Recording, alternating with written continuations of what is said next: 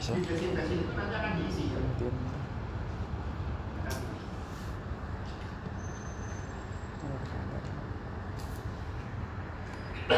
Jadi ini adalah evolusi tektonik. Mungkin di sini masih belum benar juga. Soalnya di sini ada woyla. Di barisan ini tadinya adalah menempel di, kemudian dia bergerak di. Sedangkan ini dari sini bergerak ke sini, sisanya dari sini. Kecuali Sumbawa. Dan ini yang bergerak.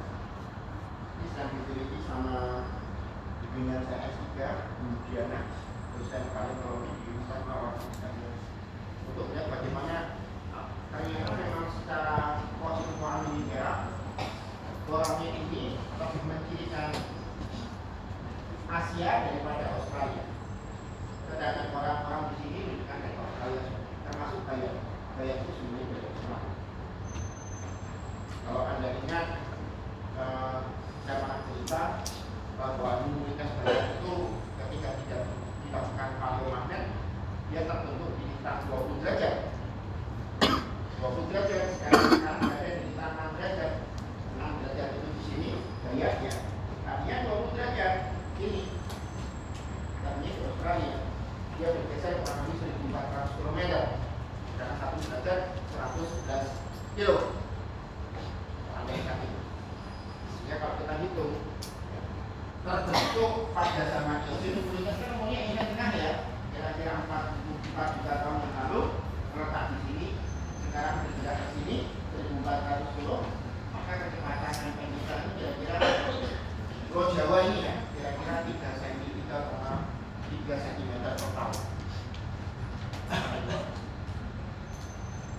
Tetapi di sisi barat Indonesia ini akan melihat ini ada garis-garis ini.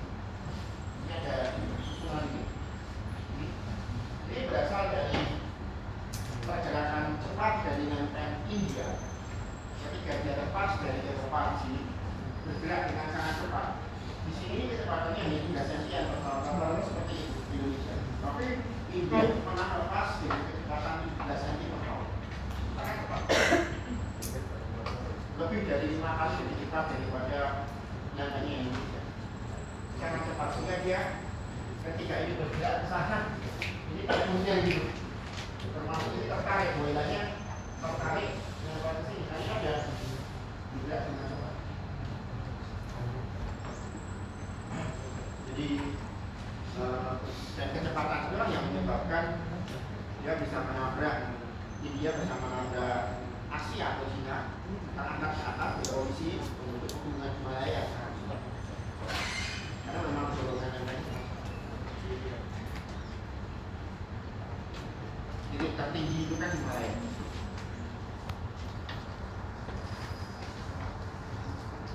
Jadi dari sini kita bisa bercerita bahwa Indonesia Barat itu banyak dengan Asia kecuali Woyla ya, dan pegunungan Barat ini dari Australia.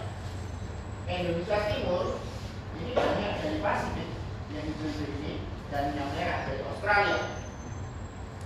Indonesia Tengah, kalau kita nggak pilih tengah, ini ada Pasifiknya, Indianau, ini ada Australianya dan ada Asia. Kondisinya seperti itu. Basement dari sini, basement dari Australia umumnya adalah sedimen-sedimen dan metamorf yang berasal dari sedimen. Spirit itu kan dari sedimen, ya kan? Sedangkan basementnya ini umumnya adalah granit. Sedangkan dari sini Pasifik ini Ophiolicetes 8 logam. Karena dia dengan max kamu berapa? Kamu akan jumpai banyak Ophiolit. Kamu pergi sini, wah ini Ophiolit banyak sekali. Nah, Ophiolit di sini, terutama di sini karena dia mengalami obstruksi di sini, yang samudera yang naik ke atas, sehingga material mantelnya itu ke bawah naik, kamu jumpai banyak nikel. Ingat, sedangkan granit di sini banyak menjumpai timah. Sedangkan sedimen dari sini banyak menghasilkan minyak bumi. Kamu ngebor minyak di sini nggak dapat, begitu di sini dapat. Dari Australia, sama juga di sini. Kamu dapat, di sini dapat. Di samping backupnya Asia dapat. Kamu ngebor di sini dapat. Samping Australia, sini di sini. Di sini dapat. Tapi kalau kamu mau di Pasifik, laut dalam, sampai sekarang belum. Kamu mau di selatan Asari dalam, dapat. Tapi kamu mau di sini dapat. Jadi domain geologinya ada setting geologi di situ yang menyebabkan sebaran sumber daya alam kita seperti ini.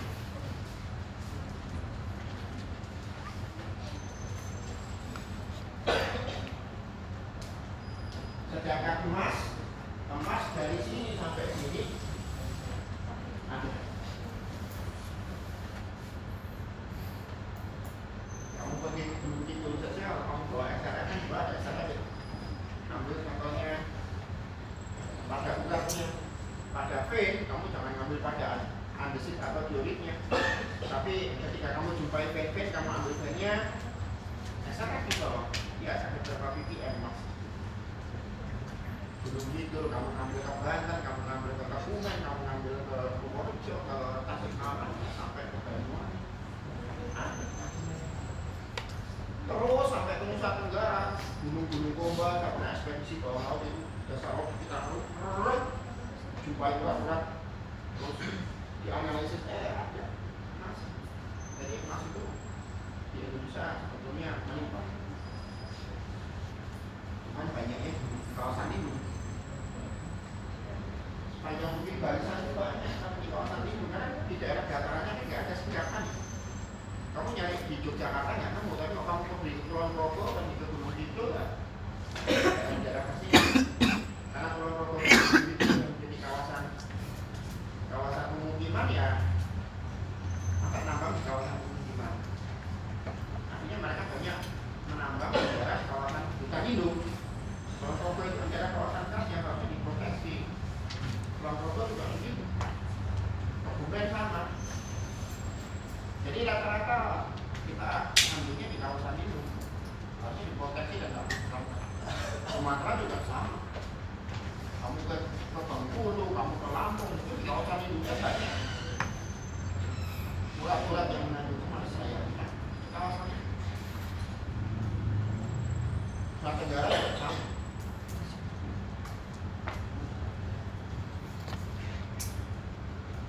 Jadi karena dieksploitasi secara masif kan itu kawasan itu.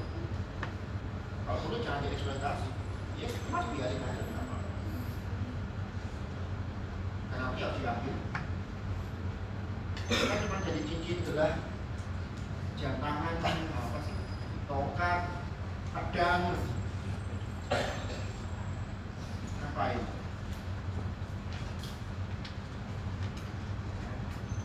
Mbak, siapa ini tetap cantik walaupun mungkin tidak harus pakai cincin emas, kalung emas. Sampai ada gigi emas ya. Emas tahu? Ya nggak apa-apa, tapi ya saya aneh saja. Oke, ini model O.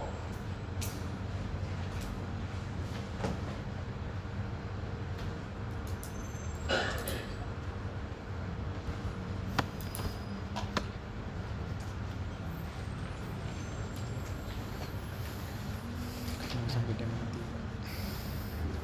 Sehingga dari sini kita bisa understanding the development of basic design, knowing the relationship between subtraction, magnetism, dan carbonate deposition. Ini penting. Nah, saya jelaskan. Remember the subtraction times and time compare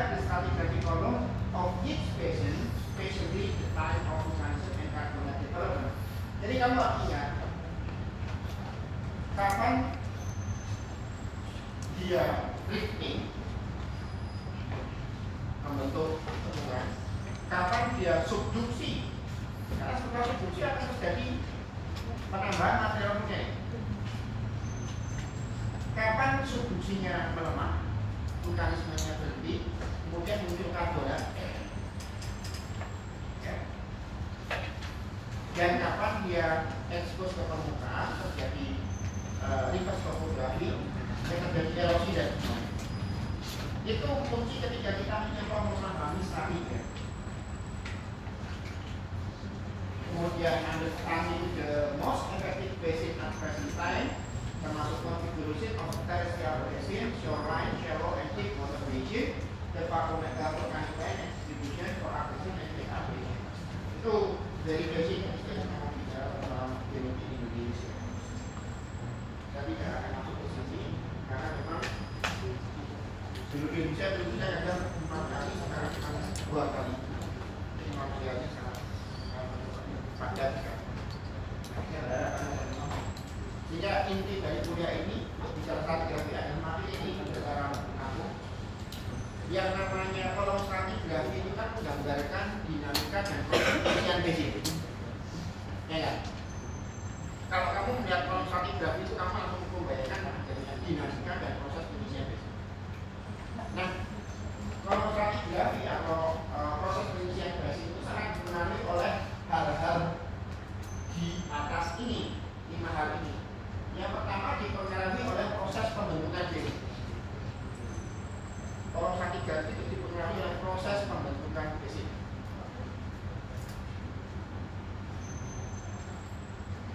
Kamu pernah melihat berapa kolom stratigrafi yang kamu sering lihat? Kamu dulu punya apaan? Standar. Kamu familiar dengan pegunungan selatan? Waktu di Bayan? Basementnya apa namanya? Metamor, skis filit, ya kan? Di Bayan itu kan ada skis filit, marmor, apa lagi?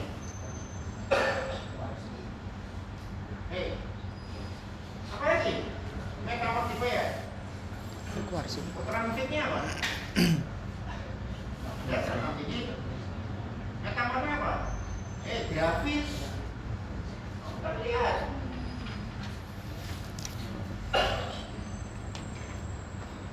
Masa nggak hafal? Setelah itu di atas jasmus metamor kamu jumpai apa? Informasi muka gamping. Ada gamping komunitasnya, ada batu pasir kuarsanya. Umurnya apa? Eosin. Setelah muka gamping kamu jumpai informasi Kebo-buta, sembilan kelanjaran, ini vulkanik nih. Umurnya apa? Oligosen sampai Eosen tengah. Habis itu kamu jumpai batu gamping. Formasi Sambu itu Wonosari Oyo sampai Kepek. Umurnya dari Miocene tengah sampai Pliocene. Ya kan? Gimana kalau kamu ke Jawa Barat? Kamu punya granit. Umurnya Cretaceous. Cuma dia granit. Di atasnya granit basement. Kamu punya sedimen apa di atas? Formasi lahat. Isinya sedimen. Kamu pergi ke Karang Sambung, ada formasi Karang Sambung, isinya sedimen plus ada kami kita juga di Karang Sambung. Orang kan Karang Sambung umurnya apa? Eosen. Nah, di atasnya formasi Karang Sambung kamu punya formasi apa?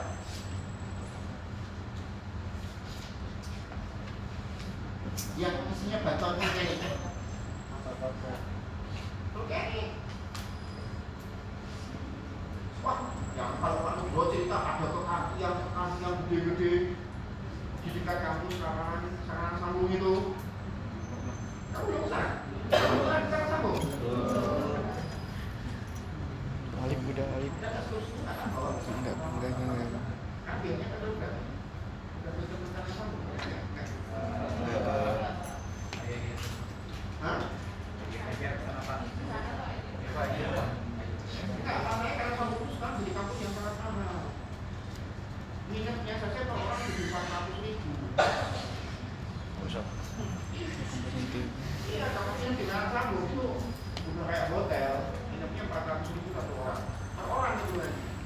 Berarti kita nginep di hotel 400.000 bisa 2 orang satu kamar kan? Karang Sambung gitu kan 400, pusing saya.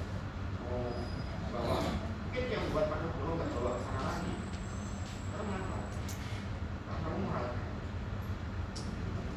Kampusnya UI, ITB belum jadi. Kalau kampusnya ITB jadi belum bisa jadi kampus ITB.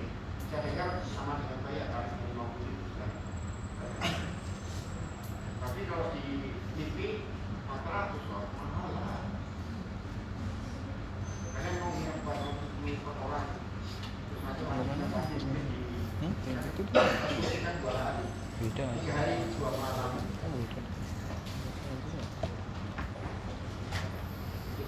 Misalnya begini. Oke, anyway ya, kita punya vulkanik jadi formasi kumbang. Jadinya kumbang kita akan punya banyak karbonat formasi rambatan. Ya kan? Kita akan punya karbonat. Sama dengan pegunungan selatan, kamu punya vulkanik formasi semilir, pembubutan, semilir sambil itu gosen. Ya, EOC-nya unggal gambing, sedimen, gambing luminitas. Karang Sambung sedimen, gambing luminitas. Kemudian diikuti dengan vulkanik. Habis itu karbonat. Jawa Barat juga sama, kamu punya basement granit. Di atasnya ada lahat, kemudian talang akar, kemudian batu raja, batu gambing, talang akar kamu punya banyak vulkaniknya. Lahat, kamu punya sedimen dan vulkaniknya. Jadi kamu pergi ke Sumatera Selatan sama, Sumatera Selatan itu cuma banyak tapi dari Jawa Barat. Basementnya apa? Basementnya ada yang metamor, ada yang granit. Kalau kamu pergi ke arah lahat, kamu coba yang metamor, kamu pergi ke lapangan minyak, dan base-nya granit. Ya. Kemudian apa di atasnya? Emas.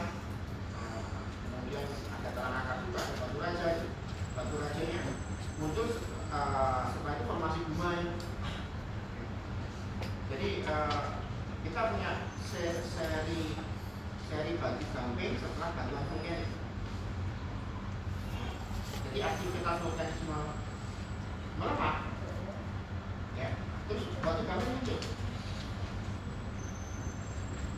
Karena kalau aktivitas vulkanisme kuat, laut terlalu keruh untuk ditumbuhi banyak terumbu karang. Sehingga ketika aktivitas vulkanisme melemah, itu ya. Nah, masalahnya melemah itu kenapa? Kenapa dari hampir semua yang terjadi? Kamu pergi ke Sumatera Utara juga sama. Kenapa ada event vulkanisme yang bareng pada saat Olimpusin di Jawa, di Sumatera? Tidak di Kalimantan, karena Kalimantan jauh dari subduksi ya. Kenapa ada event vulkanik yang sama pada saat Olimpusin? Karena ada subduksi yang sama, yaitu pada saat Eosen akhir. Sebelumnya kita punya paparan-paparan yang diisi oleh gambing-gambing luminitas. Ya, kita punya paparan yang diisi oleh gambing luminitas. Kemudian ada subduksi, kemudian subduksi menghasilkan gunung api.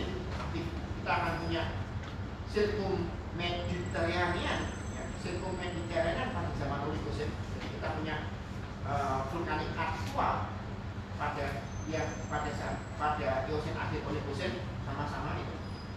Sehingga kalau di Sumatera kamu sebut sebagai formasi lahat talang akar, di Karang Sambung kamu sebut sebagai kumbang, di Pegunungan Selatan kamu sebut sebagai kebubutan semilir landai, ya kan? Kamu pergi ke timur, ke Jawa Timur, kamu jumpai formasi apa? Kalau di daerah Pacitan, vulkaniknya Mandalika sampai Arjosari, kemudian batu gampingnya kamu sebut formasi gunung, ya, itu persis seperti Wonosari tapi namanya formasi gunung. Jadi event-event itu sama, karena terjadi fase yang sama. Cuma ada satu event yang saya tanyakan kepada kalian ketika kita bicara geologi. Kita punya basement yang sama, umurnya Kretasius. Kemudian disusul dengan sedimen yang sama, umurnya Eosen. Formasinya bisa beda-beda. Yang saya tanyakan, kenapa ada satu event yang sama-sama tidak ada, yaitu Paleosen. Jika kamu lihat hubungan antara basement dengan sedimen di atasnya selalu tidak selalu. Kenapa? Karena kamu punya batuan Cretaceous disusul Eocene.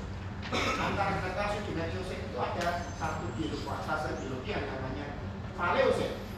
Dan itu jumlah waktunya itu sekitar 25 juta tahun, cukup lama. Tapi kenapa rekaman batuan Paleocene ini nggak kita jumpai di Sumatera, nggak kita jumpai di Sulawesi? Di Sulawesi itu kamu punya basement. Sulawesi umumnya metamorfik dan ultramafic. Cretaceous, terus di atasnya langsung formasi tanah toraja. Gamping Eocene, persis seperti badan. Kamu pergi ke Jepang, kamu punya basement granit, kemudian kamu jumpai gamping luminitas tanah Eocene. Kenapa Paleocene ini hilang hampir di seluruh tempat di dunia? Kenapa? Terutama di Asia. Kenapa Paleocene ini hilang di Asia? Saya waktu ke Hongkong, sama basementnya granit, tahu-tahu Eocene. Ini Asia, kita bicara Jepang, Hongkong, Filipina, yang pernah data ini dari Indonesia. Kenapa Paleocene itu hilang?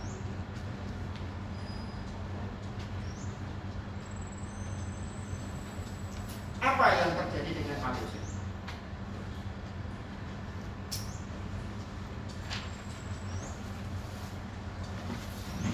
Apa?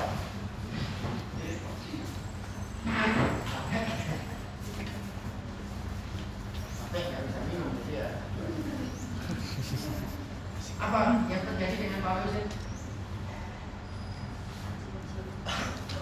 Any idea? No idea. Bentukan cekungan. Boleh? Ya. Maksudnya gimana dengan daging yang baru terbentuk?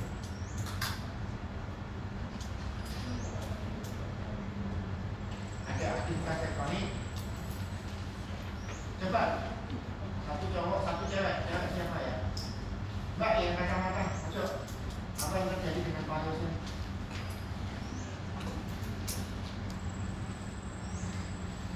Terserah mau berpendapat apa aja, terserah. Enggak. Ingin tahu aja.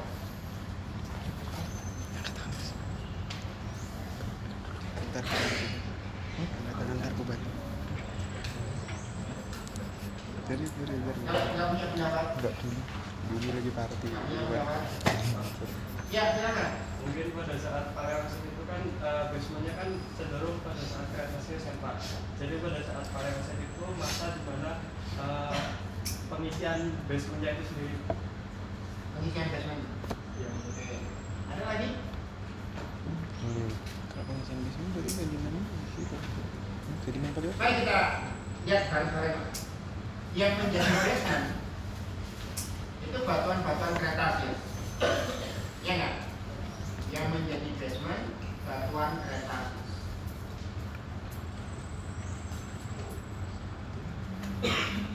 Ya. Kalau di barat banyak granitnya, di timur banyak metamorfnya kan gitu ya, batuan Cretaceous. Lalu apa? Kalau kita bicara basin, yang menjadi basement itu kan wadahnya basin, ya, yang jadi wadah batuan Cretaceous. Berarti basinnya terbentuk setelah Cretaceous. Proses apa yang membentuk basin? Kita punya rifting, ya, makar, bukan. Tapi oh berarti kemungkinan setelah Cretaceous apa Paleocene adalah saatnya dia rifting.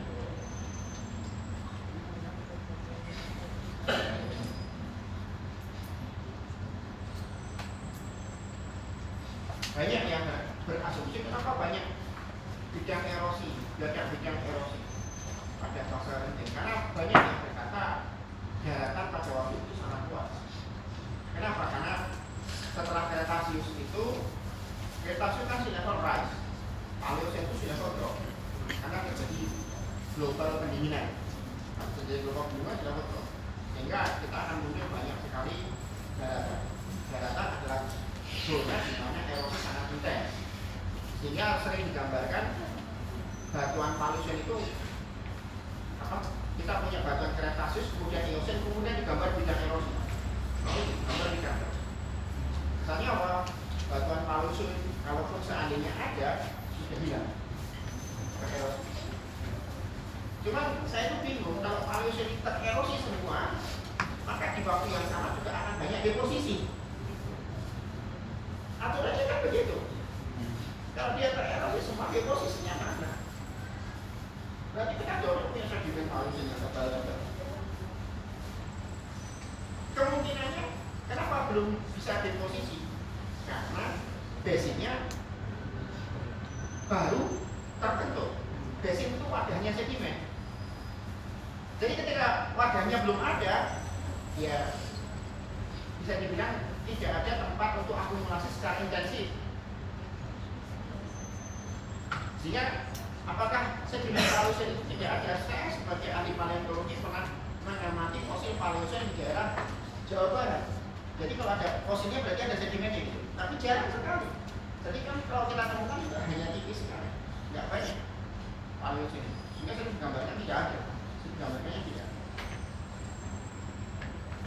Jadi kita baru mengalami fase awal dari drifting. Kalau ada perhatian sini,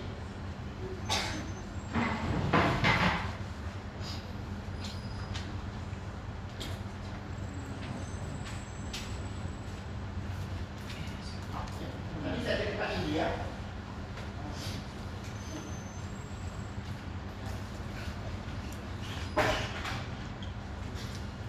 India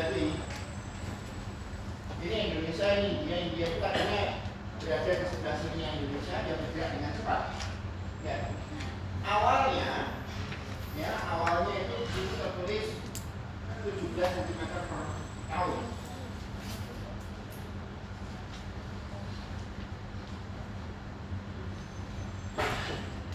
Kemudian jadi 11, ini udah 11 cm per tahun. Jadi 17 jadi 11. Hingga kemudian 5 cm per tahun. Kurang ada itu kekurangan nabrakan. Sorry, ini masih ya. Jadi Anda bayangkan 17 itu sangat cepat, turun jadi 11, turun jadi 5. Apa yang terjadi ketika sebuah lempeng itu bergerak memelan? Kalau kamu naik mobil kecepatan 100 km, ketika direm, apa yang terjadi? Kalau kecepatan 100 unggul, kamu mendorong. Ketika direm kan kamu tertarik. Dari suatu kompresi berubah menjadi ekstensi.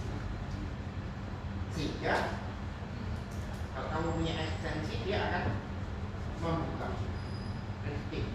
Sehingga kita akan jumpai banyak sekali drifting di sini yang mengenerate cenderungan Sumatera Utara, Sumatera Tengah, Sumatera Selatan, bahkan di Jawa sendiri, bahkan juga Kalimantan banyak tergenerate oleh India yang bergerak sangat cepat kemudian melambat.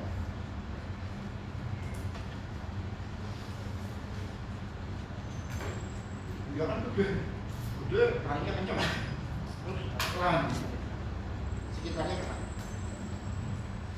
Sehingga rifting ini terjadi di sekitar Paleosen.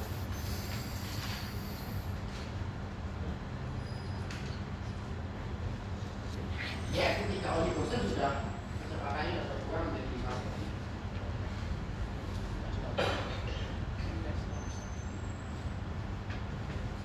Nah ini yang banyak terjadi. Jadi proses pembentukan basin itu penting ketika kita mempelajari sebuah stratigrafi. Proses pembentukan basin itu pertama dipengaruhi proses pembentukan basin. Kemudian dipengaruhi oleh ruang of accommodation, ruang akomodasi. Nah, ruang akomodasi adalah kombinasi dari naik turunnya muka laut dan naik turunnya muka air laut, distorsi sama dinamika dari basement tektoniknya. Itu akan mempengaruhi ruang akomodasi. Kenapa kita bicara stratigrafi itu ruang akomodasi sangat penting? Misalnya di Wonosari, kamu jumpai terumbu karang itu paling hanya hidup di kedalaman kedalaman 30 meter, 20 meter, 10 meter, 5 meter, 1 meter, permukaannya nggak bisa lebih dari 30 meter, terlalu gelap, nggak ada cahaya. Nah, kalau permukaannya 30 meter, kenapa formasi Wonosari katanya bisa sampai 200-250 meter?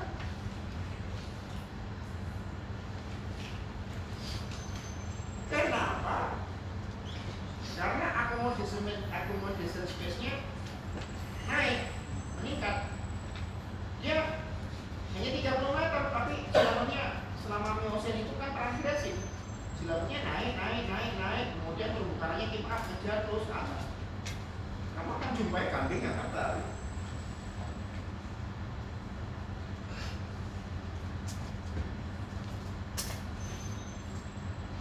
Jadi ini penting dijadikan bicara ruang akomodasi. Kemudian dipengaruhi oleh material bantuan basement. Pertama kali, jadi setelah kita bicara pembentukan basin, kita bicara ruang akomodasi, terus sedimen yang pertama kali mengisi basin tentunya adalah erosi dari basementnya. Misalnya tadi kita cerita di Bayat, basementnya batuan metamor. Pengisi pertamanya adalah bungkal gamping. Kalau kamu amati batu pasir lokal, kamu akan jumpai kuasanya adalah kuasa polikristalin, yaitu kuasa dari proses metamorfisme yang polikristalin. Tapi kalau di Sumatera karena yang basementnya adalah granit, granit itu batuan batu kuasanya akan monokristalin. Tahu kan? Batuan metamor itu kuasanya polikristalin, batuan beku itu monokristalin. Batuan alterasi polikristalin. Jadi kuasa-kuasa dari metamor dan alterasi itu dia akan polikristalin. Monokristalin itu jadi langsung pembekuan magma. Sedangkan polikristalin kayak metamorfisme itu kan udah ada kuasanya, kemudian membeku lagi kan itu partial melt ya. Sedangkan alterasi juga sama. Karena panas itu akan membentuk kuasa yang polikristalin. Jadi kalau kita lihat dari sisi itu, ya, maka material yang pertama kali mengisi basin adalah produk erosi dari basin. Nah, lalu apa setelah kita melihat material basinnya yang menjadi segmen pertama mengisi basin? Kalau terjadi subduksi, maka akan ada penambahan material vulkanik.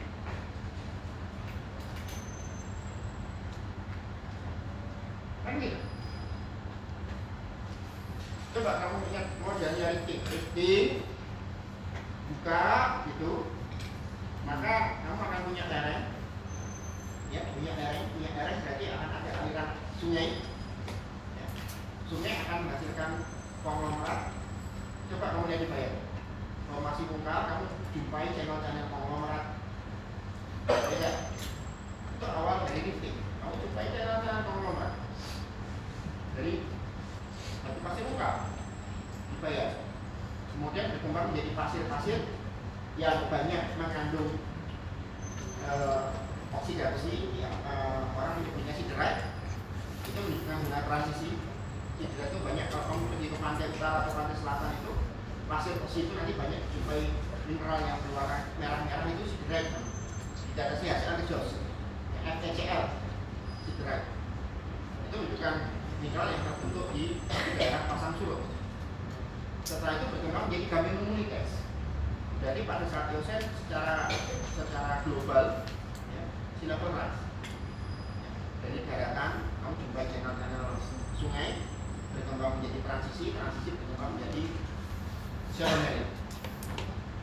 Jadi lifting itu membuka dari darat semakin dalam menjadi laut, dan semakin dalam menjadi laut dia semakin produktif menjadi basin, karena hampir semua sedimen itu yang terawetkan terbentuk di merupakan dasar laut. Ya kan? Jadi efektivitas basin itu ketika dia putar menjadi vertikal. Kenapa? Karena kalau di darat dia akan berada di, ingat stratigrafia ini, kalau di darat dia akan berada di atas base level of erosion, dia akan tererosi. base level of erosion itu kan sampai di muka laut, ya ya. Sehingga di bawah laut adalah tempat sedimentasi. Makanya sedimen banyak di laut. Kalau di daratan masih banyak bagian yang merupakan bagian atas dan base level of erosion. Ingat ya, tadi saya pernah cerita itu.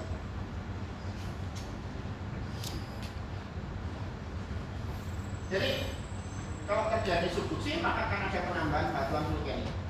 Kalau tidak ada subduksi maka nanti ketika di laut akan banyak penambahan mineral organik atau karbonet. Udah, jadi kalau kamu melakukan stratigrafis, lihat, kamu akan bisa melihat, oh ini fase daratnya, oh ini liftingnya. Karena perkembangan dari darat laut, lifting, kemudian ada vulkanik. Ya gitu. Oh berarti ini ada subduksi. Habis itu ada karbonat. Oh berarti. Nah, apa yang terjadi bersama-sama ketika kenapa tiba-tiba subduksi itu melemah di Indonesia? Tadi saya cerita robek ya. Sumatera, Jawa, ketika didorong sama Australia, sini kan terus dia gini ya. Jawanya jadi gini ya. Ini Jawa, ini Sumatera ini kan robek sini ya. Apa yang terjadi ketika dia begini? Kalau ketika dia begini ada subduksi begini, ya. Kalau digambarkannya benar.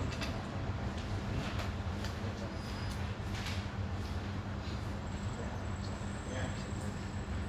Ini Jawa ini subduksi, ya.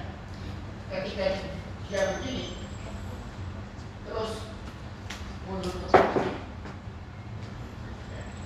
Pulau Jawanya mundur ke sini. Ya kan?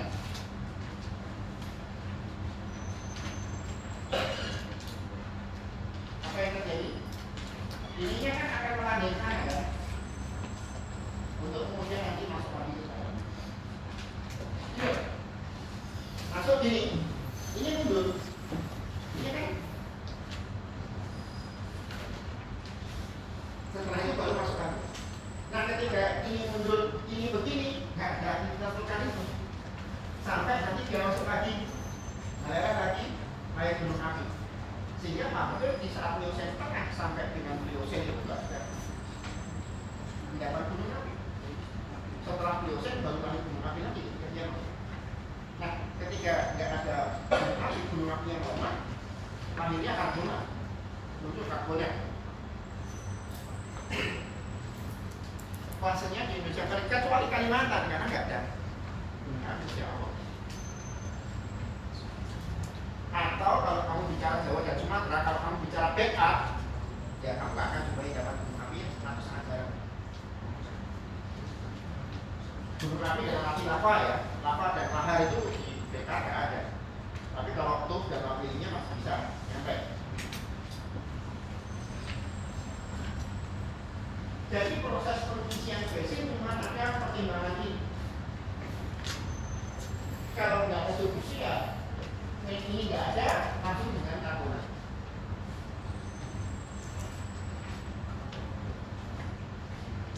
Nah ini bisa kita lihat dari kalau kita mau lihat kolom-kolom stratigrafis seperti itu. Itu Sumatera, Jawa, Kalimantan, dan Indonesia Barat. Isiannya sama. Isiannya sama. Event-eventnya sama. Lihat. Ini basement. Basement kan? Set. Tiba-tiba langsung Eocene. Paleocene nggak ada.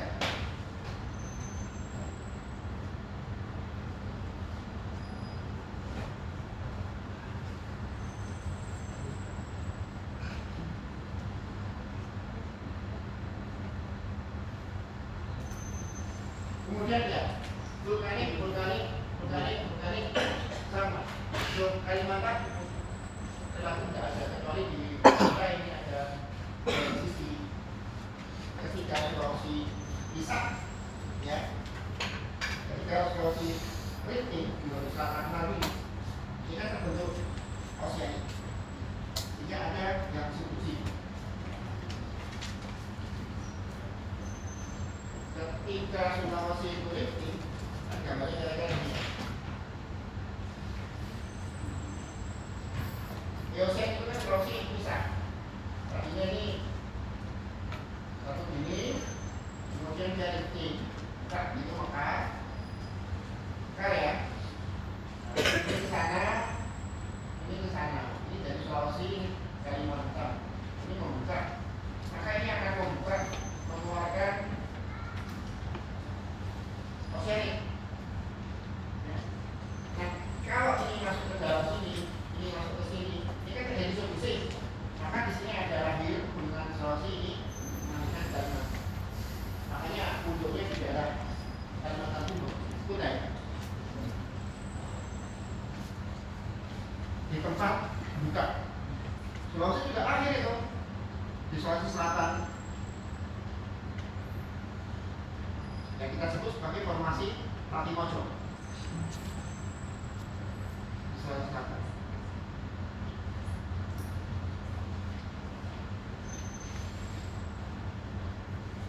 Ceritanya sama. Jadi ketika Anda punya kerangka berpikir tentang dinamika proses pengisian basin, maka saya berharap kamu kalau membaca pola stratigrafi itu bisa mendongeng dengan enak. Oh, sejarah geologinya seperti ini. Maka kamu akan bisa melihat bahwa oh, ada kesamaan sejarah untuk Indonesia Barat, ada kesamaan sejarah untuk Indonesia Timur, dan ada kesamaan sejarah untuk Indonesia Tengah. Nah, ketika kamu bisa membandingkan Barat, Tengah, dan Timur, kamu bicara geologi Indonesia.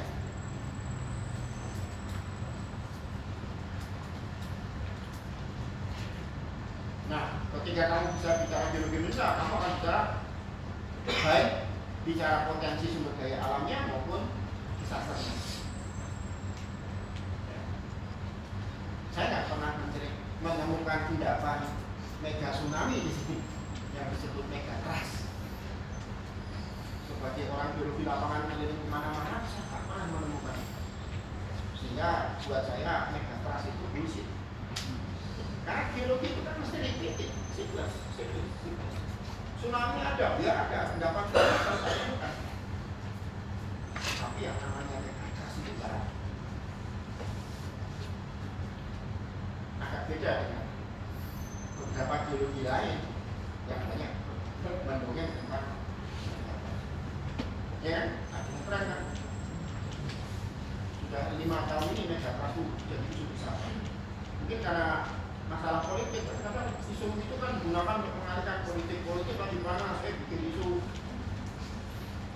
bakal ada tsunami gempa besar ini jauh di seluruh Indonesia, namanya mega trust gitu ya. Ya kita terus jadi terfokus bareng-bareng nih, kita mau celahkan rame-rame, yuk kita bersatu lagi kan gitu ya. Karena kan kita sering disatukan oleh kesusahan yang membuat kita bersatu gitu.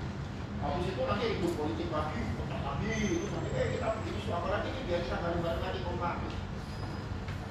Itu kan ketika diangkat isu itu kan kita rada kompak. Semua TV ngomongin karena terus geologi jadi populer gitu. Sampai apa benar sih? Secara stratigrafi kan tidak mengatakan apa karena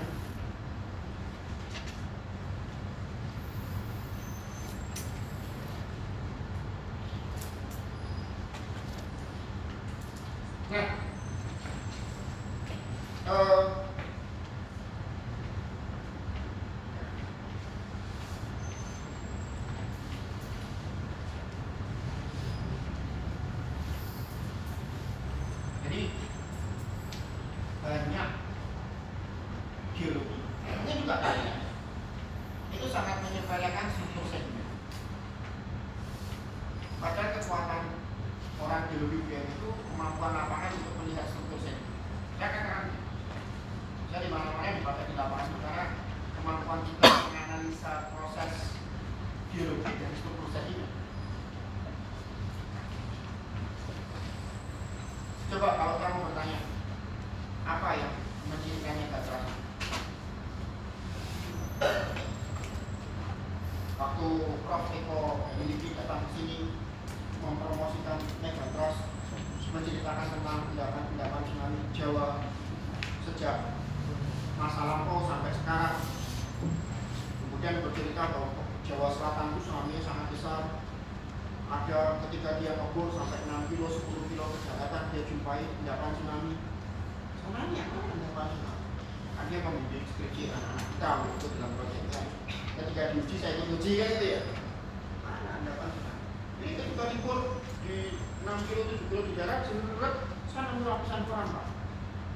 Saya nemu lapisan koran masuk ke daratan. Ini kita bicara sedimen aluvia, Holocene. Pak, saya nemu lapisan koran masuk ke daratan. Saya nemu lapisan koran masuk ke daratan. Saya nemu lapisan koran masuk ke daratan. Jadi ada lapisan koran, terus nanti di atasnya ada endapan darat lagi, ada korannya, terus ada lapisan koran, endapan darat lagi, ada korannya. Berarti ketika korannya itu masuk, berarti kan laut masuk ke daratan, ini tsunami. Loh, padahal struktur sedimennya nggak dongeng itu tsunami. Kalau kita bicara tsunami, mesti ada storm cloud. Lapisan karena badai kan itu.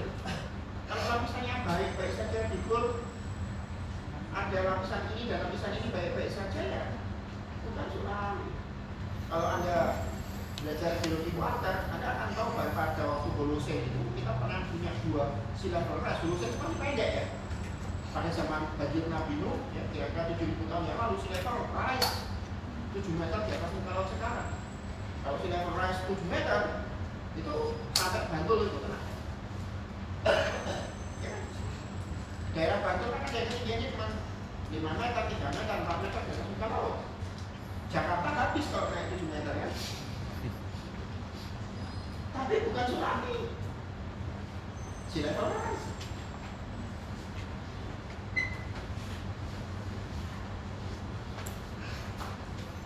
Karena kalau tsunami harus punya storm band, endapan badai.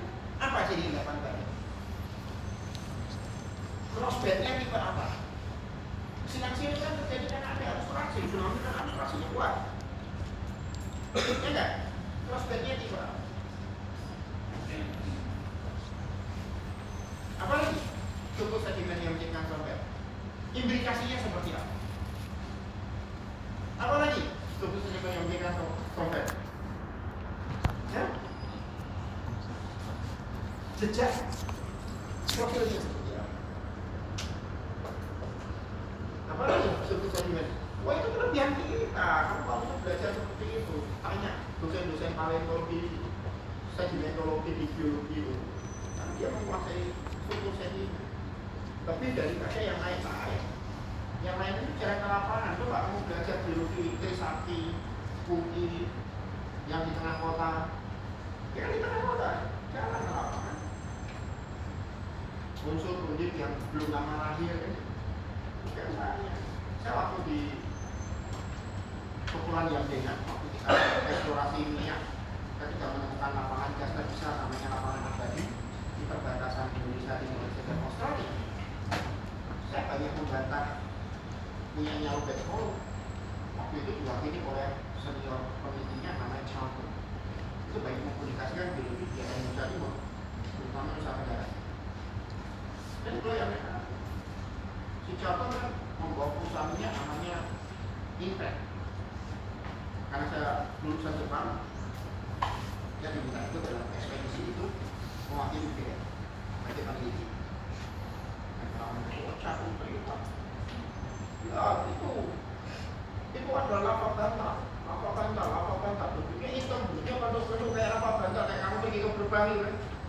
Cuma saya bilang di settingnya gimana? Lava bantal di situ di antara oviolit, kok di antara oviolit? Di antara oviolit banyak apa benar? Di antara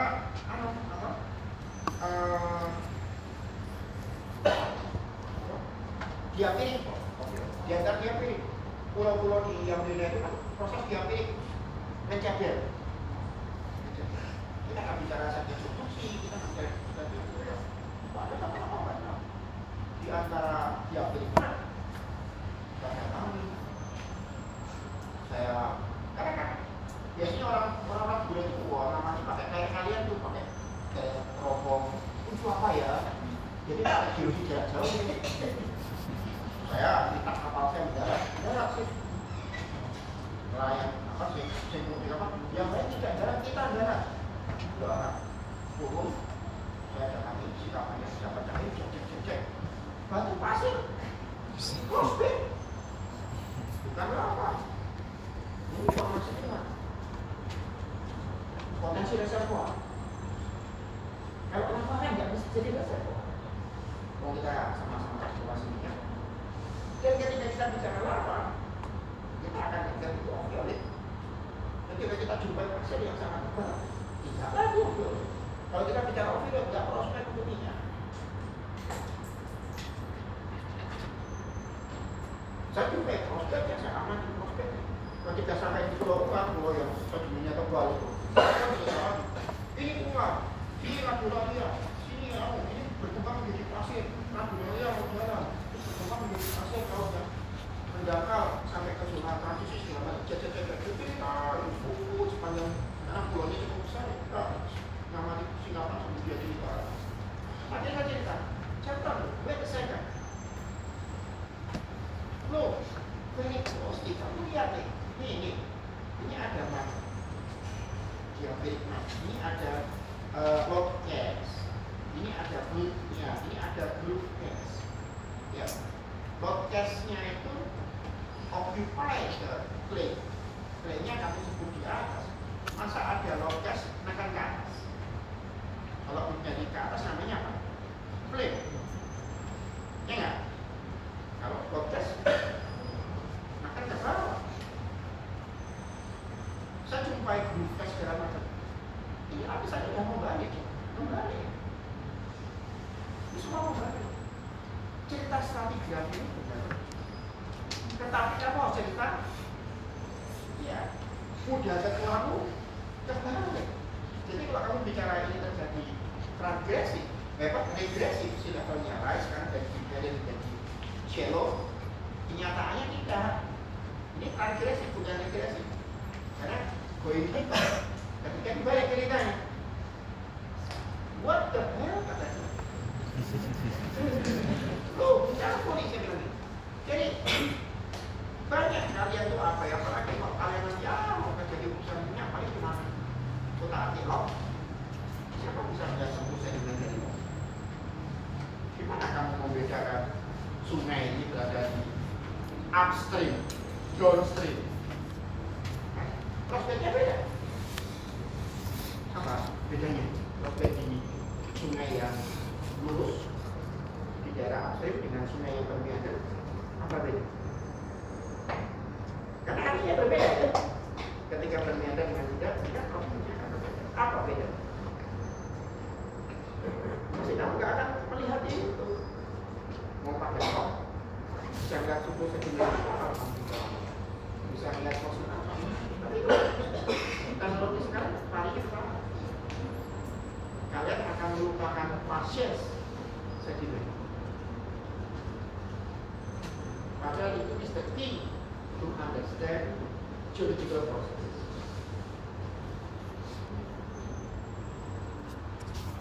Udah ramalan kalian otak-atik suku sedimennya enggak?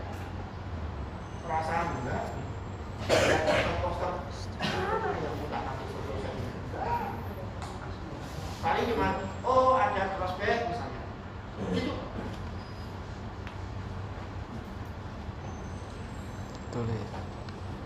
Itu kalau ada yang terus ada prospeknya, oh ada turbidik, itu toh. Itu betul ada turbidiknya. Tapi prospek di turbidik dengan prospek di delta apa bedanya? Turbidik ada prospeknya.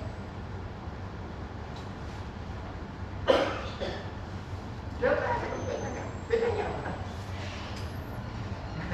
Ini kalian harus lebih benar supaya kalian terpakai. Karena banyak mengatakan sudah 20 selesai ya. Kayaknya waktunya nggak bisa selesai sama dengan saya sebelah. Saya cuma bisa bisa dari. Tetapi kalian harus benar membiasakan melihat hal seperti ini. Dan kalian coba biasakan. Ini materinya nanti sudah saya masukkan. Ya. Kalian akan bisa lihat seperti ini.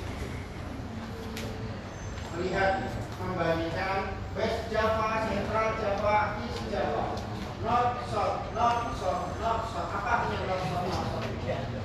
North untuk Jawa itu adalah beta basin.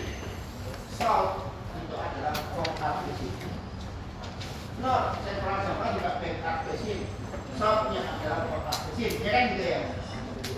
Not is Jawanya adalah backup, saltnya adalah vokal. Karena di Jawa vokal ada di sisi selatan. Dan kamu punya lihat bahwa semua not itu ada, ini namanya oil. Jadi muncul minyak di semua bagian dari peta. Sumatera juga kan, tapi tidak muncul di semua bagian yang vokal.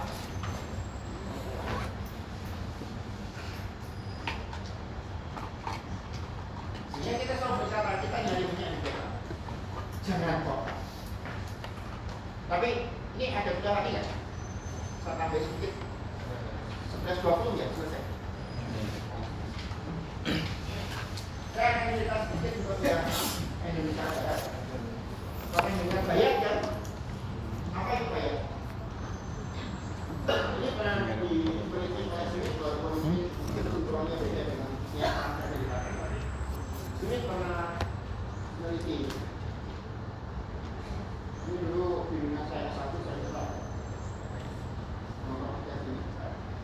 Itu mengamati petrografi dari batu pasir yang ada di sini.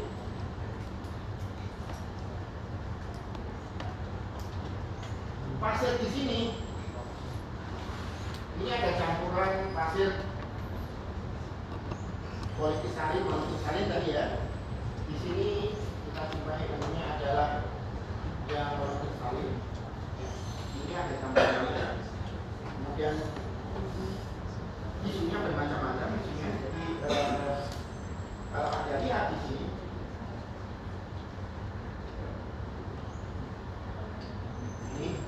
ini adalah dating zircon yang dilakukan oleh Smith.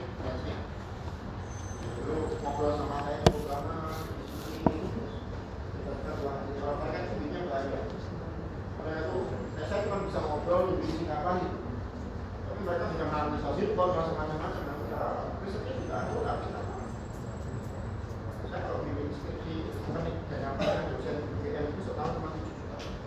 Kalau mereka jutaan dolar ya, 7 juta. Ini sama-sama juta ya. Jadi itu 7 juta itu buat nyawa mobil, nginep hotel, itu ya habis itu kan. Mereka bisa nah ini kamu lihat zirconnya bagaimana? Coba lihat, itu Pegunungan Selatan. Itu kamu punya zircon yang berumur archean sampel with archean zircon. Coba. Di sini kan, yang berumur archean juga. Kamu punya sampel yang archean, kamu punya sampel yang ordovisian, kamu punya sampel yang Cambrian, Pegunungan Selatan. Sedangkan kita tahu ada sekitar dari sana. Jadi ketika kita bicara basement metamorfik berumur Kretasius, ternyata di bawahnya metamorfik masih ada banyak batuan di Pegunungan Selatan. Kita tidak jumpai di Rembang, tidak jumpai di Kendal, tapi kita jumpai di Pegunungan Selatan yang umurnya sampai Archean. Tahu Archean ya? Archean, Proterozoikum, baru Cambrian. Kalau kamu ingat dulu di sejarah, Archean itu tua sekali. Kenapa? Karena Pegunungan Selatan ini seperti yang saya cerita, tadinya belong to Gondwana, belong to Australia.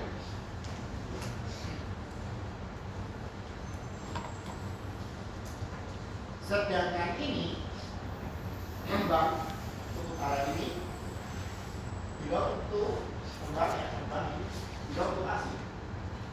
Asia biasanya memang berumur Kretasius granit. Makanya kamu jumpai di Rembang ada formasi rayong, batu pasir granit, kuas granit kan? Rayong itu, reservoir yang bagus. Itu dengan aja nanti ya. Nah, jadi ini ada bagiannya. Yang merah ini kita jumpai yang sampai berumur 3.503 miliar. Sekarang aja. yang duluan. 3 miliar, 2,5 miliar itu semua adalah air. Ya. Biar ada waktu. Sedangkan di sini Gak enak kalau ini. yang kuning ini kamu Ya berbagi sekarang aja. 1,6 Gak enak juta kalau itu sudah potensi. Gak apa-apa. Nah, isunya apa? Gak apa-apa. Udah gak apa-apa aja. Apa sih yang Perbaiki sekarang aja bisa. berada di Sempet bawah Jawa Timur ini? sekarang aja. Ya, buat price ini di berapa? Nah, Apa? dari pengamatan metode seperti ini. Aku perbaiki hasil. Jadi kita punya kontinen Masih laut. perbaikinya sekarang. Kemudian punya kontinen laut ini, dan kita punya kemungkinan adalah opioid di sini. Karena kalau kamu punya kontinen laut, ya, ada kontinen, maka sini ini ada level 2, ini ada level 1 berarti. Kalau sini ada level 2, ini ada 1 berarti tidak. Kalau kamu gambarin ini kontinen, terus ini oseanik kan gitu ya? Ya kan? Namanya kan ini. Kalau oseaniknya bergerak ke sana, kontinennya ini nanti masuk ini kan subduksi kan? Kayak gitu ya? Nah, kalau kita lihat Jawa Timur, kita gambar, tapi kalau gambar kira-kira ini melihat Madura Jawa Timur begini, ya, ini ada Bayat, ya, ini pegunungan selatan, ini Kendeng, ini adalah Rembang, dan ini Kendeng, Rembang, Kendeng, pegunungan selatan, itu dia, ya kan? Ini subduksi yang sekarang. Subduksi menghasilkan prisma agresi, ya, ada prisma agresi. Cuman di prisma agresi di Jawa belum muncul ke atas kan dia. Apa fungsi prisma agresi? Batuan fungsi prisma agresi, kalau kamu lihat geologi kolonial, pulau-pulau yang ada di Sumatera, Barat Sumatera itu kan prisma agresi yang udah naik. Batuannya apa? Prisma agresi itu batuannya metamorf. Iya loh. Kalau kamu punya subduksi ini, ya kan?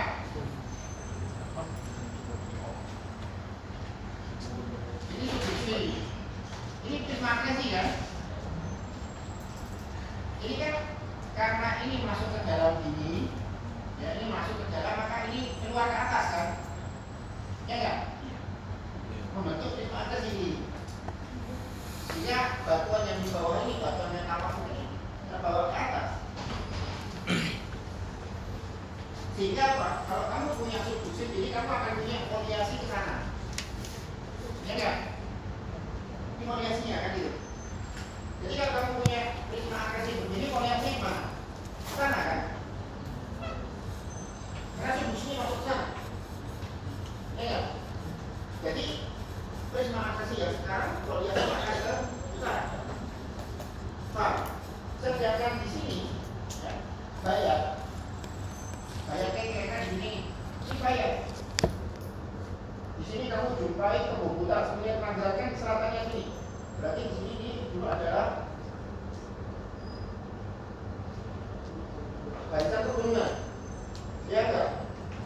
Kebobutan Sembilan sampai Wonogiri di daerah Wonogiri, Gajah Mungkur, terus ke arah Pacitan itu kan dulu ada gunung Apitasian. Ya kan? Sini oseanik, sini berarti apa? Lama banget. Kamu punya Bayat itu batuannya metamorf, jadi dunia adalah prisma agresi. Kalau kamu baca bukunya Marco tentang Justis Fases, Densis Fases itu kan adanya metamorfik zona subduksi. Ya enggak? Jadi Bayat itu adalah metamorfik zona subduksi. Foliasinya kemana? Foliasinya Bayat ke utara, ke selatan. Foliasinya Bayat itu ke selatan. Ini ke utara, ini ke selatan. Ini prisma agresi. Prisma agresi berasosiasi dengan subduksi. Berarti apa? Kalau ini adalah subduksinya Bayat ke selatan, Ini selatan ke utara gitu kan dia. Enggak.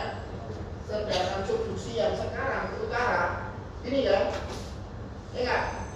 Ini subduksi yang sekarang ke utara. Ini subduksi yang sekarang. Itu orientasinya akan ke sana. Subduksi yang dulu melahirkan gunung api di sini. Ya enggak? Subduksi yang sekarang melahirkan gunung api di sini. Ya, ini subduksi meleleh, namanya rising ke atas kan gitu. Lalu gunung api ini rising ke atas, lalu di gunung api. Berarti penggunaan selatan itu adalah amalgamatif mungkin gunung api yang saling menunggu. Sehingga di sini ada yang Smith mengambil sampel informasi ke komputer. Kalau kamu lihat ke komputer ini diambil sampelnya, diamati sirkonnya, itu keluar ada yang berumur kaki, ASEAN. Kenapa ASEAN? Karena ketika ini naik ke atas, dia akan mengambil kuasa-kuasa yang dari sini sampai ke atas. Iya, kan magma ini kan rising dari sini terus ke atas. Sehingga kuasa-kuasa yang ada di sini dari gunung api yang kuatnya itu terbawa. Sehingga apa? Kita berdarah gaya dari pembinaan selatan itu double macam-macam. Iya, ini double sukan. Ini gunung api.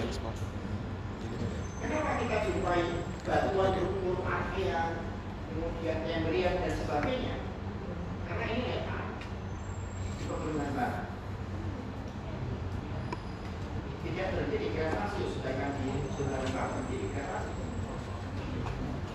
Karena biasanya memang gradasinya gravitasi. Tapi ketika kita bicara sedimen dan perubahan, oh ini kemudian bagaimana? Kalau gradasi kan satu tubuh, ya enggak? Jadi kalau gradasinya gravitasi selesai, di bawahnya gradasi apa enggak? Kemudian terjadi dari mana? Kan gitu ya. Tapi ketika kita bicara metamorf dan sedimen ini bisa punya banyak layer, dan itu menciptakan umur yang berbeda-beda. Namun apa yang kita lihat sekarang? Coba ini adalah vulkanikanya kan. Untuk subduksi yang sekarang yang biru, kamu akan punya pore abrasif di sini, band abrasif di sini, ya enggak? Ya enggak? Tetapi kalau kamu mengambil batuan pra tersier, batuan yang sebelum tersier, makanya perbaiki sekarang aja. dia subduksinya ke sana, di sini ada kamu tuangnya punya pore abrasif, di sini kamu punya band abrasif. Kalau kamu berkata tadi ini, coba lihat ya.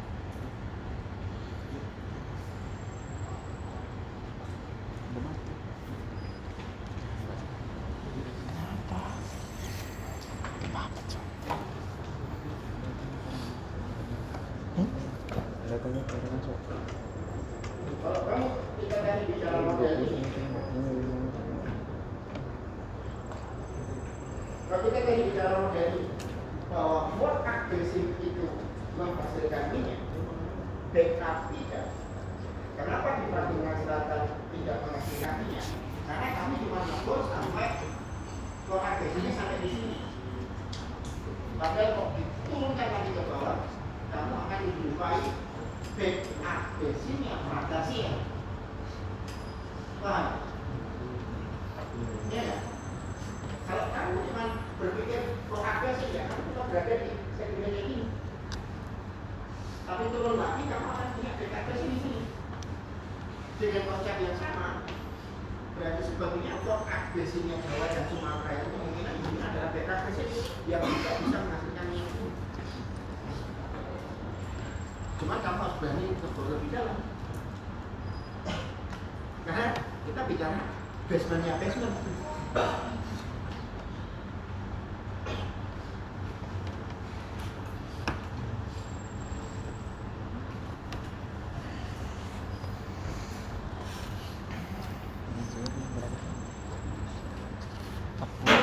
Benar salah balang-balang. Kenapa? Karena salah untuk ngebor itu soalnya karena cuma ada punya seismik. Jangan di sini kawasan Ini 11.50. gampang kan kuarter dan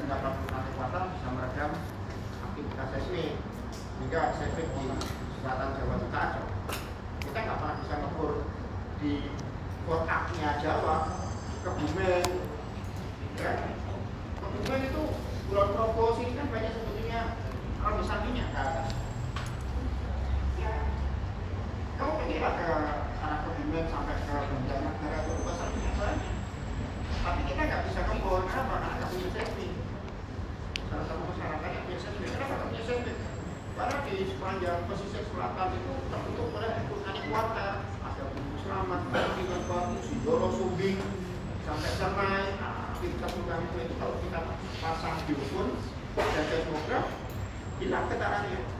Nggak bisa kita punya seismik di situ. Nggak punya seismik, kita nggak bisa ngukur walaupun siklusnya muncul. Dengan asumsi ini orang nggak punya minyak ya sudah. Ya, tapi punyanya dari mana?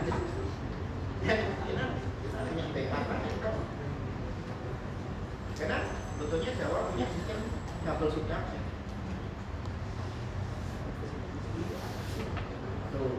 Jadi mempelajari geologi itu sebetulnya kita jangan pernah berkata resources itu habis. Batu bara bisa dicari, minyak api bisa dicari, timah, nikel semua itu masih bisa dicari. Ketika kamu berkata habis, maka jiwa eksplorasinya otaknya berpikir ya, habis. Tapi kalau kamu masih bisa mencari potensi peluang eksplorasi berjalan, maka discover pasti akan muncul. Saya kira itu bila dikasih saya Assalamualaikum warahmatullahi wabarakatuh. Ini ngumpul tugasnya di mana? Enggak tahu.